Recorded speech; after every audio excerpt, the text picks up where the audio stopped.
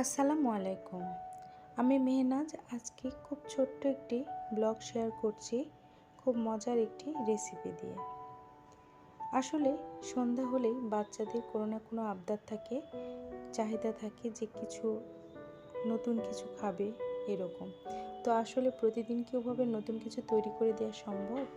বাচ্চাদেরকে নতুন হিসাবে যেভাবে আমি মোটামুটি একটা মজার রেসিপি তৈরি করে দিই, সুজির একটা পুর আগে থেকে বানিয়ে নিয়েছি। সুজি, ড্রাই কোকোনাট আগে হালকা করে ঘিয়ে ভেজে ওর মধ্যে বাদাম দিয়ে এবং চিনি ক্যারামেল করে দিয়ে আমি ওটি রেডি করে নিয়েছিলাম পুরটা।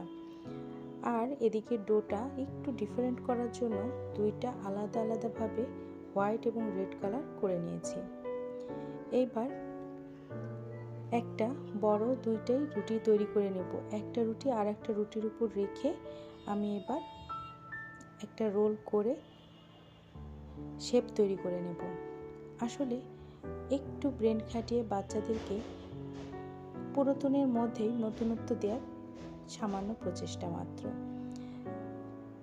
রোলটা তৈরি করে নিয়ে আমি ছোট ছোট করে কেটে নেব।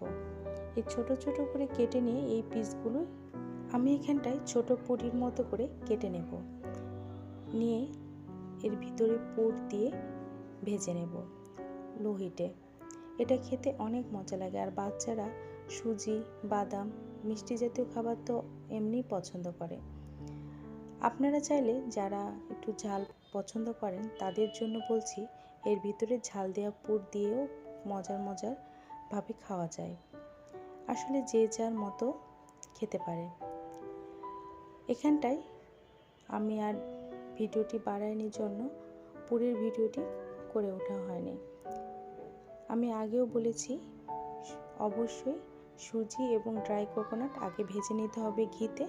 তারপর চিনির যে আমরা হাফ কাপ পরিমাণ নিয়েছি সেটার সাথে হাফ কাপ পরিমাণ পানি দিয়ে যখন মেল্ট হয়ে এসেছে তার মধ্যে সুজিটা দিয়ে নেড়ে চেড়ে সামান্য পরিমাণ যে বাদামগুলো আপনাদের হাতের নাগালে থাকবে সেগুলো দিয়ে ভেজে উঠিয়ে নেবেন।